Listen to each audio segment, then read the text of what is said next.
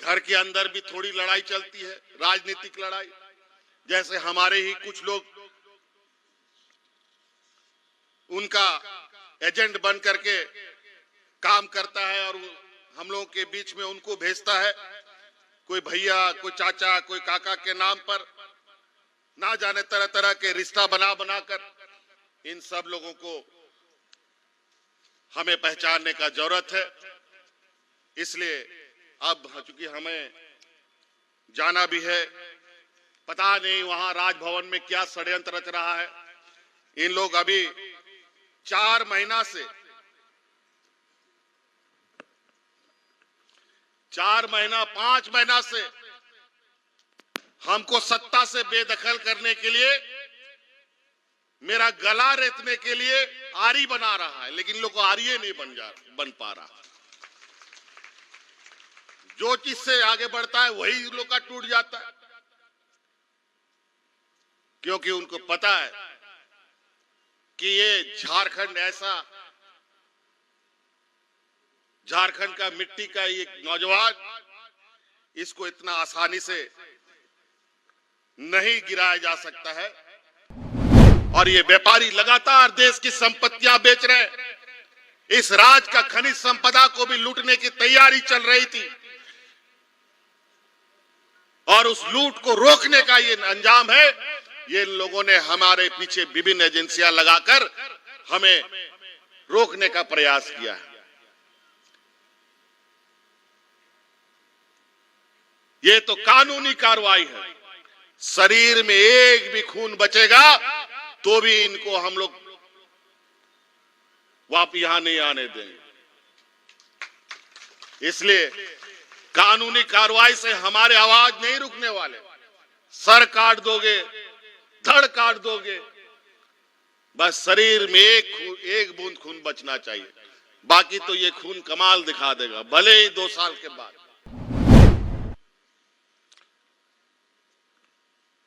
आज यहां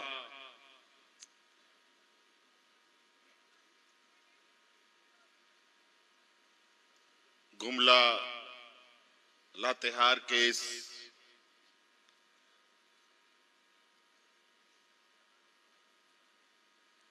सीमा पर नेतरहाट के खूबसूरत वादियों के बीच सरकार के द्वारा आयोजित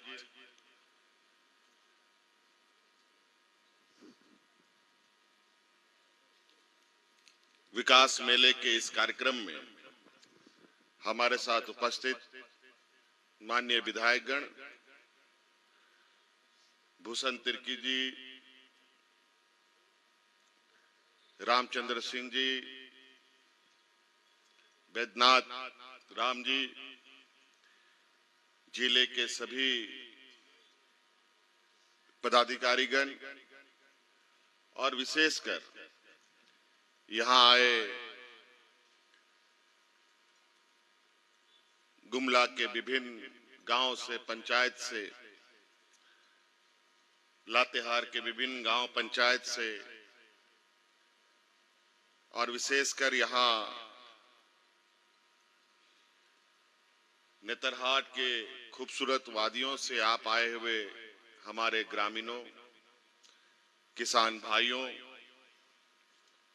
माताएं, बहनें, नौजवान साथी, बड़े बुजुर्ग, सबको मेरी ओर से पुनः जोहार है, आपका अभिनंदन है। बहुत सारी बातें मंच में आ चुकी हैं और यहां हम लोग विशुद्ध रूप से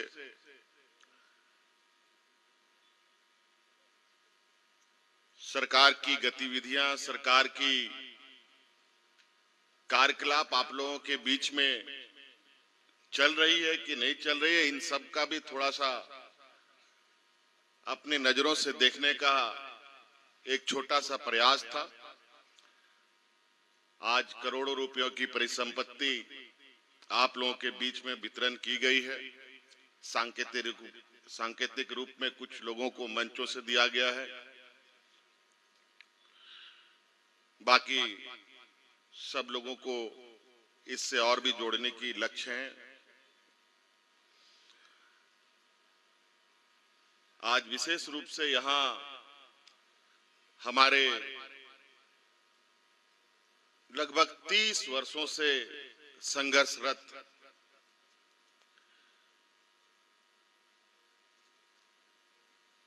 नेतरहाट फायरिंग रेंज के विरोध में जो आप लोगों ने तकलीफें झेली है, आप लोगों ने जो वक्त गुजारा है,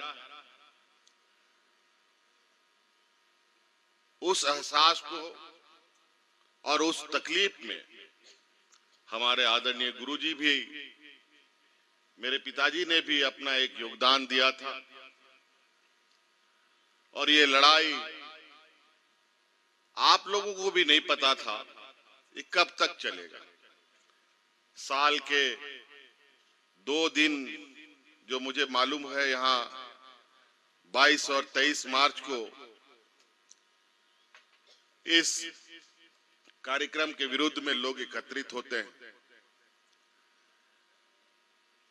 कब तक एकत्रित होते, कहां अंत होता, यह भी कहना बड़ा मुश्किल था। आज अपनी बात शुरू करने से पहले मैंने उन शहीदों को नमन करके उनको श्रद्धांजलि देने के लिए इसलिए कहा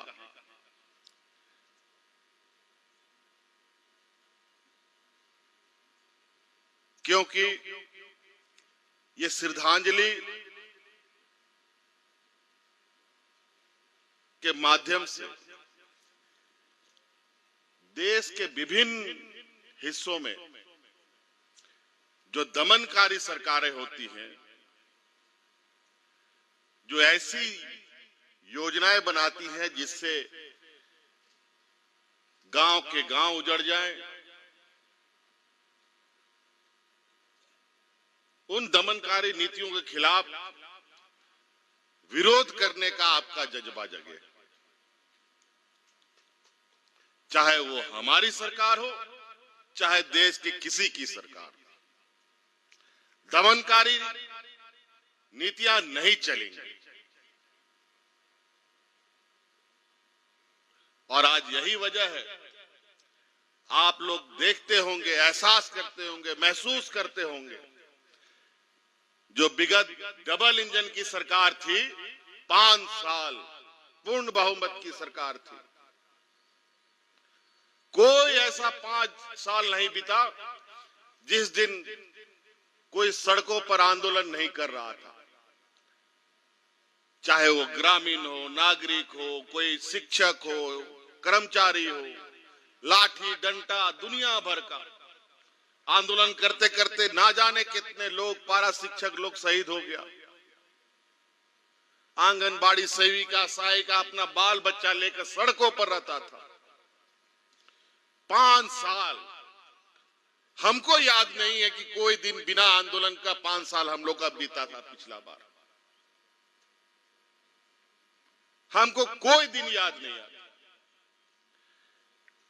लेकिन 2019 के बाद जब आपके समर्थन से हमारी सरकार बनी, तो हम आज तक एक भी आंदोलनकारियों को सड़क पर नहीं देखते हैं।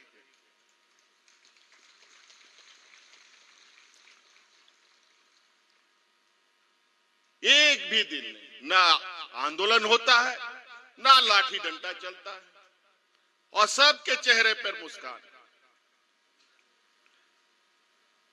और जिसका मुस्कान नहीं है, और इस उम्मीद पर वो जरूर है कि मेरे चेहरे पे भी मुस्कान होगा। और मैं उन सभी को विश्वास दिलाना चाहता हूं, आप भरोसा रखिए हम पर, आपके चेहरे पर भी वो मुस्कान हम ला करके देंगे।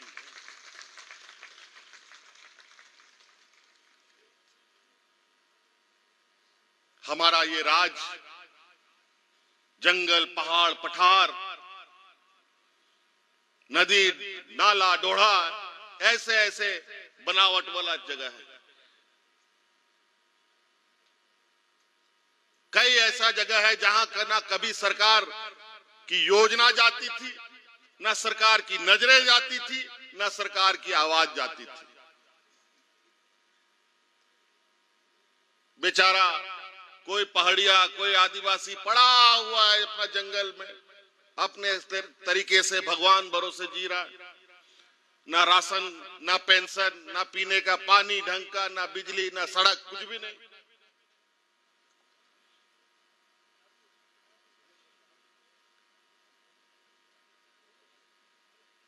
लेकिन मैं ये नहीं कहता कि मैं आते ही जादुई छड़ी मेरे हाथ में आए कि सब हम बदल दिए।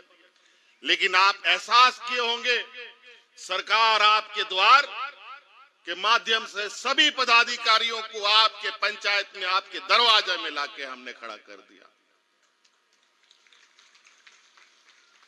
और आपकी समस्याओं का समाधान किया।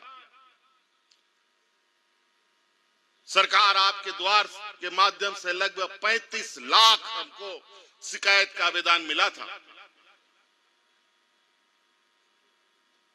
और उस कार्यक्रम के दौरान ही 20-25 लाख से अधिक आवेदन का निवारण कर दिया गया। जो बाकी बचे थे उसको भी हम लोगों ने बाद में समाधान कर दिया। आज मुझे गर्व है और मुझे आप लोगों से कहीं ज्यादा खुशी हो रही है। जिस जमीन पर आदरणीय दिसोमगुरु शिबू सोरेन जी ने पैर रखा था और जिस आंदोलन को उन्होंने अधूरा छोड़ा था, उस आंदोलन को अंजाम तक पहुंचाने का काम आज मेरे हाथ से हुआ है।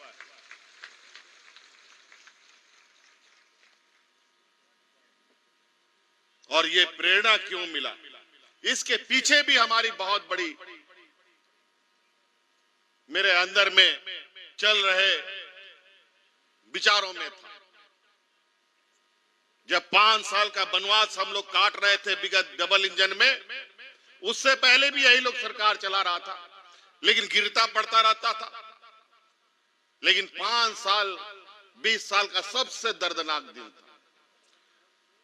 20 साल तो खैर उन लोग किसी तरीके से कभी आदिवासी को, कभी गैर आदिवासी को बैठा बैठा करके हम लोगों को बेवकूफ बनाया। इस राज्य के मूलवासी आदिवासियों को बेवकूफ बनाया। हमारे लोगों को अपना दलाल बना करके, अपना एजेंट बना करके हमारे बीच में भेज भेज करके हम लोगों को बेवकूफ बनाया। और इसी से पीछा छुड़ाने के लिए, इन्हीं लोगों को बेदखल करने के लिए, जब मैं 2019 में संघर्ष यात्रा के दौरान इन महुआ डाड़ एरिया में घूमा करता था, बहुत हमारे समर्थक कार्यकर्ता लोग होंगे, रात दिन हम इस डबल इंजन की सरकार को बेदखल का एक अलग मुहिम में हम चल रहे थे। इस दौरान हम महुआ डाड़ के क्षेत्र से भी गुजरे। समय का अभाव था, लोगों ने कहा यहां पर एक भव्य आम सभा होना चाहिए था, लेकिन सफर इतना लंबा था कि हम उसमें बहुत वक्त नहीं दे पाए। और यही गुटुआ क्षेत्र में बड़े पैमाने पर लोग हमसे मिलने आए। उसमें कई बुजुर्ग हमारे बीच में आए थे और वो बुजुर्ग सिर्फ ये देखने आया था कि ये शिबू सोरेन का बेटा है, उसको देखने आए। और ये लोग हमको टटोलने आया था कि शिबू सोरेन जो उसका बेटा है, उसमें वो दम है कि नहीं जो शिबू सोरेन के हाथों में है। हमने उनके भाव को समझा, उनके तकलीफ, उनके दर्द को एहसास किया, महसूस किया। और उसी दिन मैंने मन में ठान लिया था, अगर आपका आशीर्वाद मिलेगा तो नेतरहाट फायरिंग रेंज की समस्या जड़ से खत्म करने का काम करें। आज परिणाम आपके सामने, थोड़ी बहुत दुख और तकलीफ है, उसका भी निदान हम करने जा रहे हैं। इस आंदोलन से जुड़े जितने आंदोलन के केस है, उस सारे केस को सरकार वापस लेगी, ये भी हम आपको घोषणा करते हैं।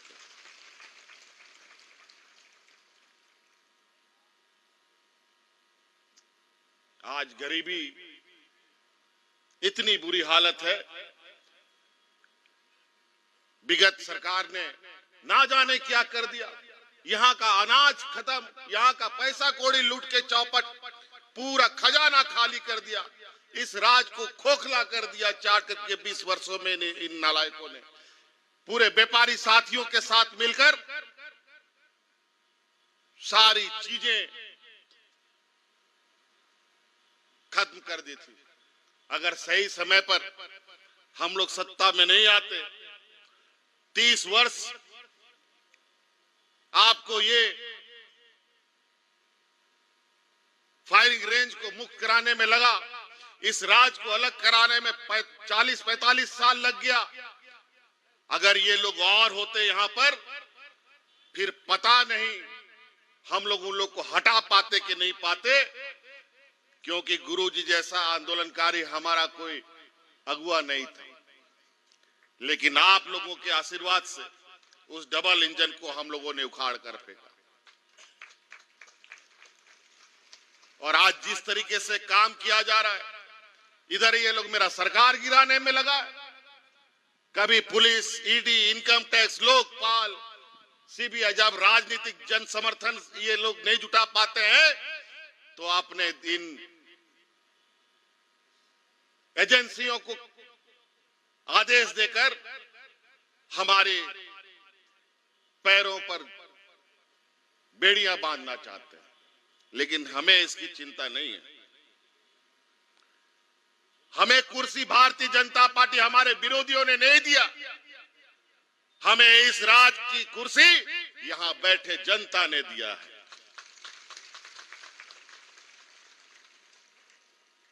आज का कार्यक्रम पहले से मेरा घोषित हुआ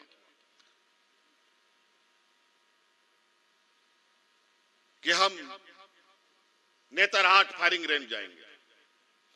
बाद में पता चला कि ये जो लोग षड्यंत्र रच रहा था, ये लोग समय समय पर ये लोग सोचा कि हम लोग ये षड्यंत्र रचेंगे, ये वाला टोका फंसाएंगे तो मुख्यमंत्री का पैर रुक जाएगा, नहीं जाएगा।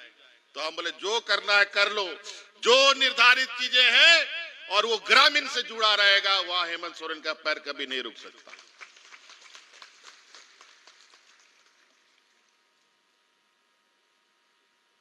सरकार के और कुर्सी का भूखा हम लोग नहीं है। बस ये एक संवैधानिक व्यवस्था के वजह से आज हमें वो लेना पड़ता है, क्योंकि उसी के माध्यम से हम अपने जन कल्याण के काम करते हैं। आज कभी हम लोगों ने सोचा था कि इस राज्य में हर बुजुर्ग को पेंशन मिलेगा। आज ये आपका बेटा ने करके दिखाया, इस राज्य का कोई भी बुजुर्ग बिना पेंशन का नहीं रहेगा।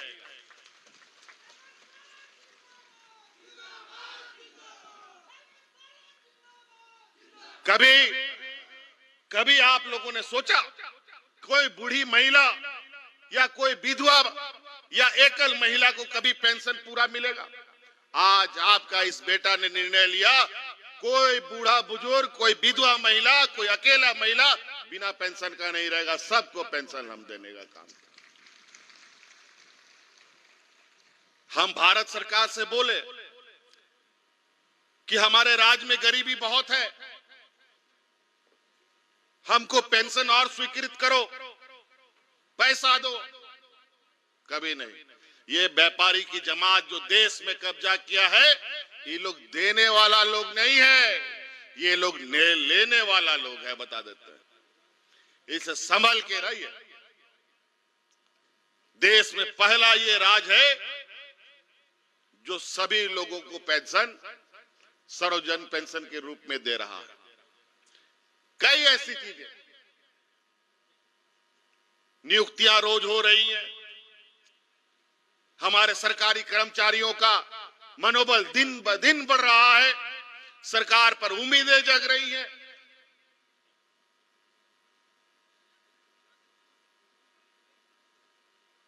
आज झारखंड खनिज संपदा से भरा हुआ राज्य है। इस राज्य में कोई ऐसा खनिज संपदा नहीं है जिसका आप नाम लेंगे और झारखंड में नहीं मिलेगा।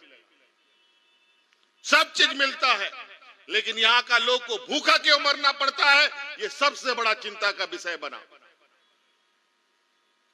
20 सालों में इन लोगों ने क्या किया, इस राज्य को कहां पहुंचाया, नौजवानों का भविष्य के साथ खिलवाड़ किया।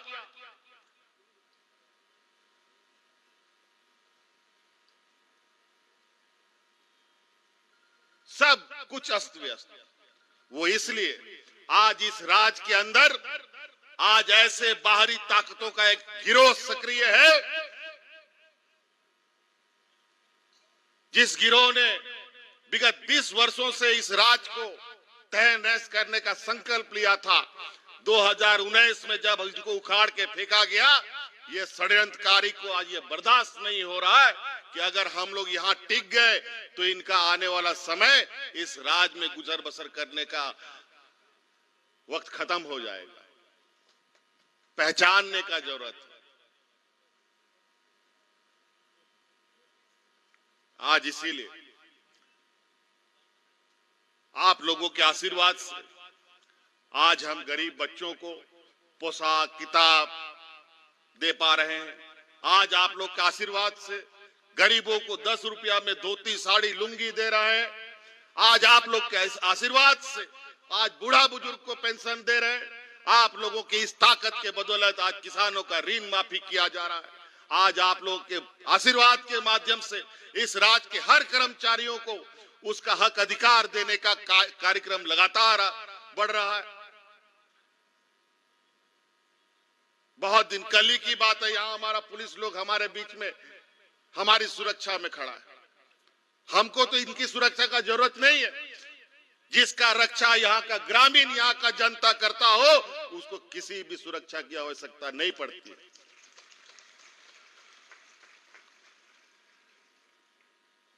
इसी महुआ डांड के रास्ते से रात में 10, 11, 12 बजे निकलते थे ना जी। कौन चीज का डर, किसको डर? डर उन लोग को होता है जो इस राज्य की जनता, यहाँ के ग्रामीणों को, यहाँ के मूलवासियों को, इस यहाँ के आदिवासियों से लेना देना नहीं रहता है।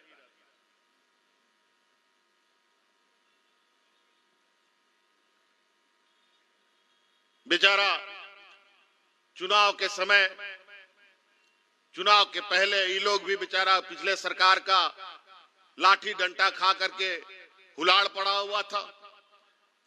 महिलाओं के साथ भी वही हाल। हम बोले आप लोग चिंता मत कीजिए, सरकार बनने दीजिए।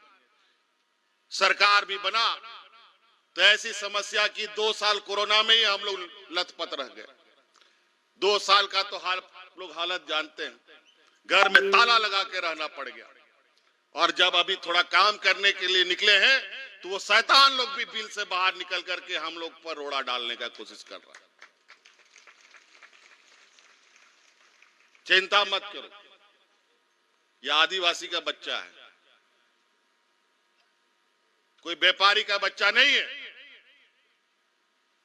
इनके इस चाल से हम लोगों का ना रास्ता रुका है, ना हम लोग इन लोगों से कभी डरे हैं। डर भय तो हम आदिवासियों के बीच में कभी रहा ही नहीं। हमारे पूर्वजों ने इतना आंदोलन किया है कि आदिवासी के समूह में डर भय का नाम चीज ही नहीं। हमारे डीएनए से ये डर और भय को पहले ही हमारे पूर्वजों ने भगा दिया है। क्या बात करेंगे? झारखंड के लोगों पर यहाँ के भगवान बिरसा मुंडा, सिद्धू कान्हू, बुद्धू भगत, नीलांबर पीतांबर जैसे लोगों का खून है।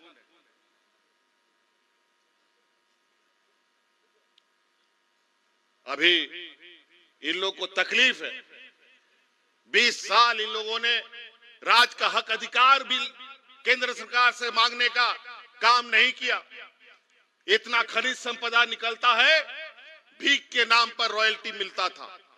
जब हमारी सरकार बनी, जब हम लोगों ने कागज पन्ने पलटने शुरू किए कि राज्य की इतनी बुरी हालत क्यों है, तब पता चला कि ये व्यापारी लोग, ये डबल इंजन का सरकार मील बांट करके इस राज्य को लूट रहा है। जब कागज पत्र में जब हम लोगों ने हिसाब निकाला तो सिर्फ खनिज संपदा के माध्यम से 1,36,000 करोड़ रुपया का बकाया भारत सरकार से हमारा निकलता है। हमने जब उसका मांग शुरू किया, थोड़ा बहुत मिला भी, 1,000-1,200 करोड़ लेने में हम सक्षम भी हुए, लेकिन जब हम तेजी से मांगना शुरू किए तो ये अपने सरकारी एजेंसियों को मेरे पीछे दौड़ा दिया। चलो मेरे पीछे तो दौड़ा दिया अलग बात है। जब देखा कि इस सांड को तो पकड़ नहीं पा रहे, अब आदरणीय गुरुजी जब एक उम्र के पड़ाव में खड़े हैं, उसको सीढ़ी बना करके लोकपाल में केस करके मेरे तक पहुंचने का कोशिश कर रहा है।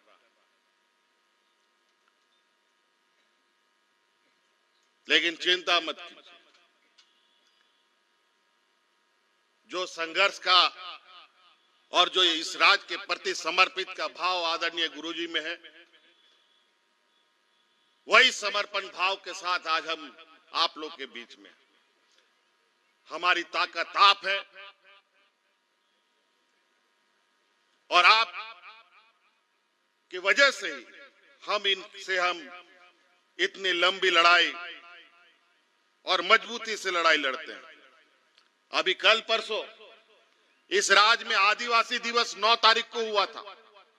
पूरा विश्व में आदिवासी दिवस मनाया जाता है 9 तारीख को, और इस 20 वर्ष में पहली बार इस राज्य में आदिवासी दिवस हमने मनाया 2 दिन का।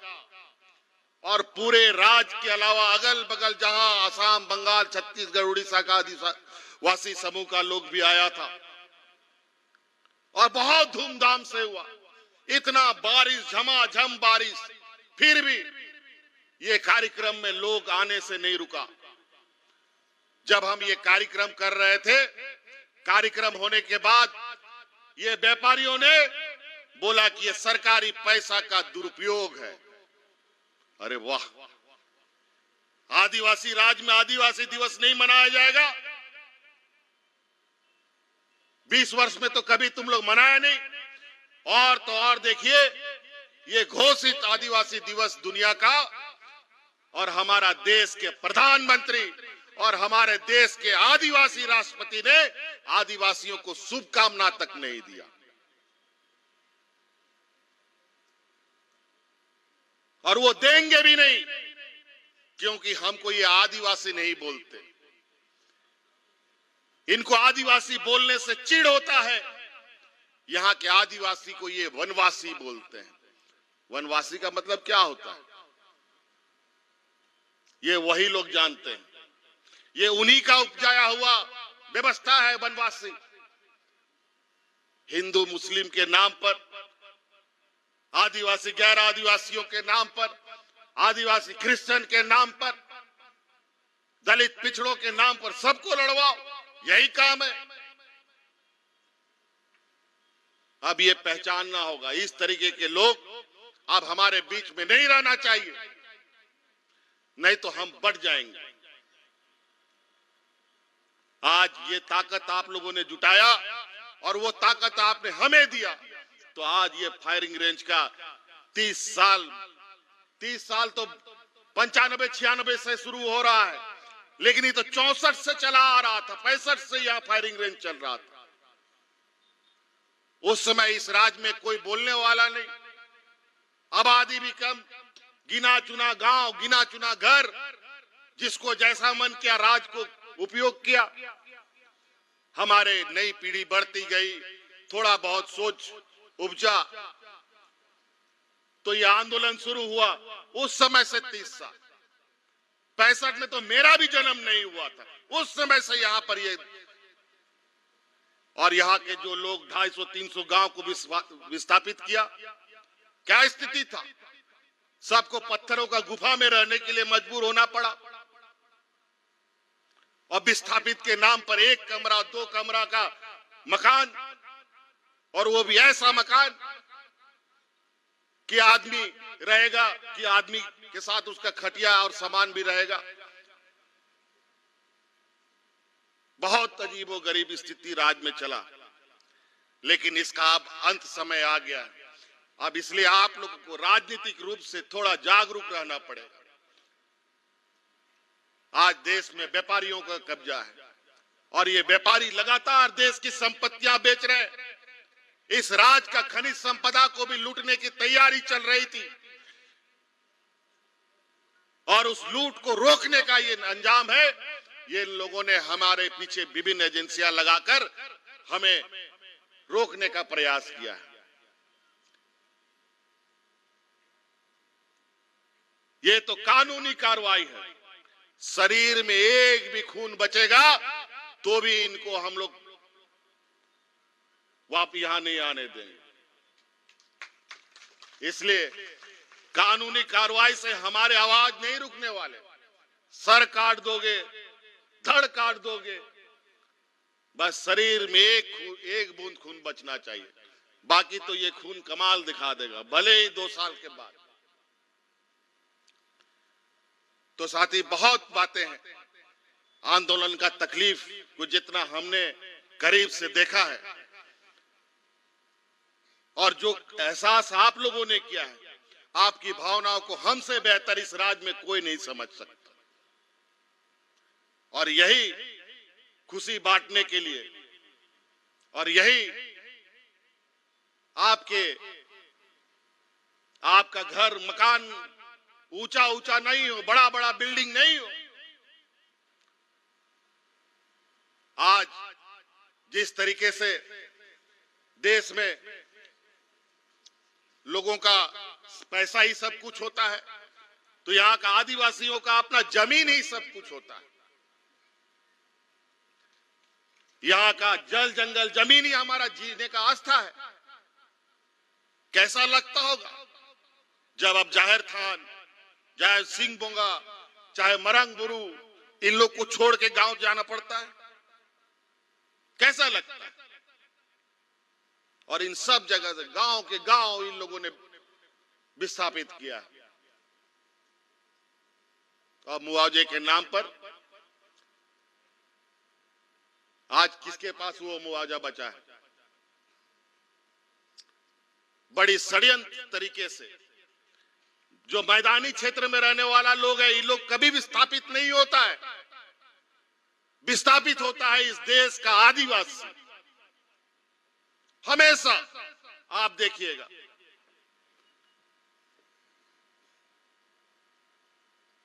और आदिवासी हमेशा शोषित होता रहा है। इस आंदोलन में कितने महिलाओं के साथ क्या हुआ ये हम नहीं बोलना चाहते। कितने लोगों की जानें चली गई ये भी हम नहीं गिनाना चाहते। लेकिन उस दर्द के बारे में हमें भी एहसास है। आज उस दर्द को एक महरम के रूप में हम आज इस दिवस को देखना चाहते हैं और उस उम्मीद के साथ कि आगे इस फायरिंग रेंज में हम पुनः अपना गाय बैल के साथ जाएंगे और हल जोतेंगे और खेती बाड़ी करेंगे और जीवन यापन करेंगे।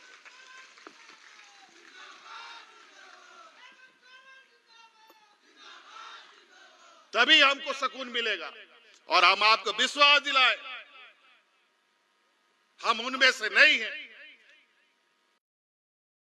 को रिझाने का काम करें, क्योंकि हमें जीना यहां है और मरना यहां है। हजारीबाग उदाहरण है। उद्योग के नाम पर ली गई जमीन उन उद्योग घरानों से वापस लेकर के पुनः हम जमीन दाता को वापस करने का काम भी आपका इसी भाई और बेटा ने किया है।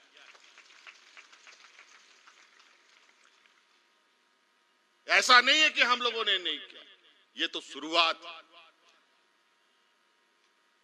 घर के अंदर भी थोड़ी लड़ाई चलती है, राजनीतिक लड़ाई। जैसे हमारे ही कुछ लोग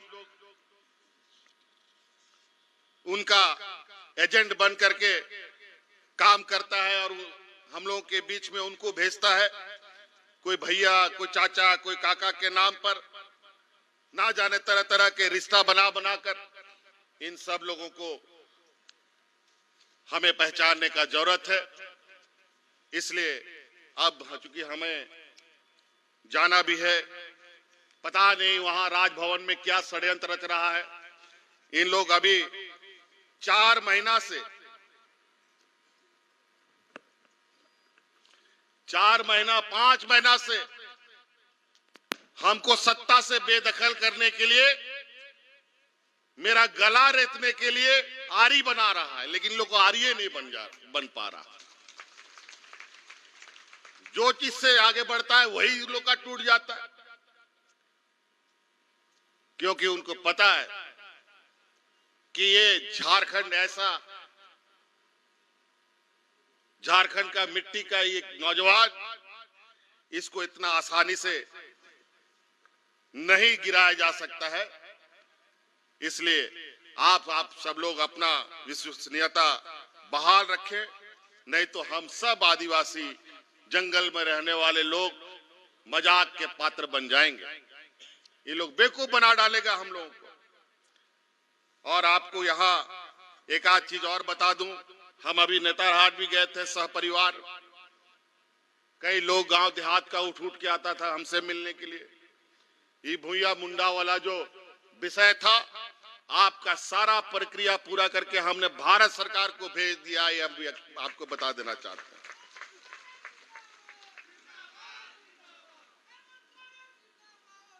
हमारे जितने भी यहाँ पर लोग हैं, आप सब लोगों से यही आग्रह निवेदन है, झारखंड बहुत शांति प्रिय राज रहा है सदियों से। यहाँ का मूलवासी आदिवासी, हम लोग का यहाँ के मिशन भाई, यहाँ के मुसलमान भाई, सब लोग एक साथ मिलते जुलते आराम से रहे, कभी झगड़ा पगड़ा नहीं हुआ। लेकिन ये लोग बीच बीच में ऐसा जहर लेके आएगा जहां आपका दिमाग घुमा देगा, काम करेगा। इसलिए इस बार हम लोग अपना दिमाग नहीं बल्कि उन लोगों का दिमाग घुमाने का काम करें, ऐसे एकजुटता दिखाएं। इसलिए बहुत ज्यादा नहीं कहते हुए बातें अगर हम कहना शुरू करेंगे कि हमने क्या काम किया, तो ये काम भी बताने में हमको रात भर लग जाएगा, और उन बेईमानों का षड्यंत्र गिराएंगे तो साल भर लग जाएगा। इसलिए आप पीछे देखने का जरूरत नहीं है, आप आगे देखेंगे और अपने आने वाली पीढ़ी को सुरक्षित करेंगे, अपने जल जंगल जमीन को सुरक्षित करेंगे। इसके लिए हम संकल्पित होकर आगे बढ़े। इन्हीं बातों के साथ पुनः मेरी ओर से सभी आंदोलनकारियों को मेरी ओर से बहुत बहुत श्रद्धा सुमन अर्पित करते हुए आप सब लोगों को, भाई बहन लोगों को, विवेकानंद विद्या मंदिर स्कूल एक CBSE affiliated English medium coed school है। हम शिक्षा के साथ संस्कार देते हैं। thefollowup.in Like, share and subscribe. www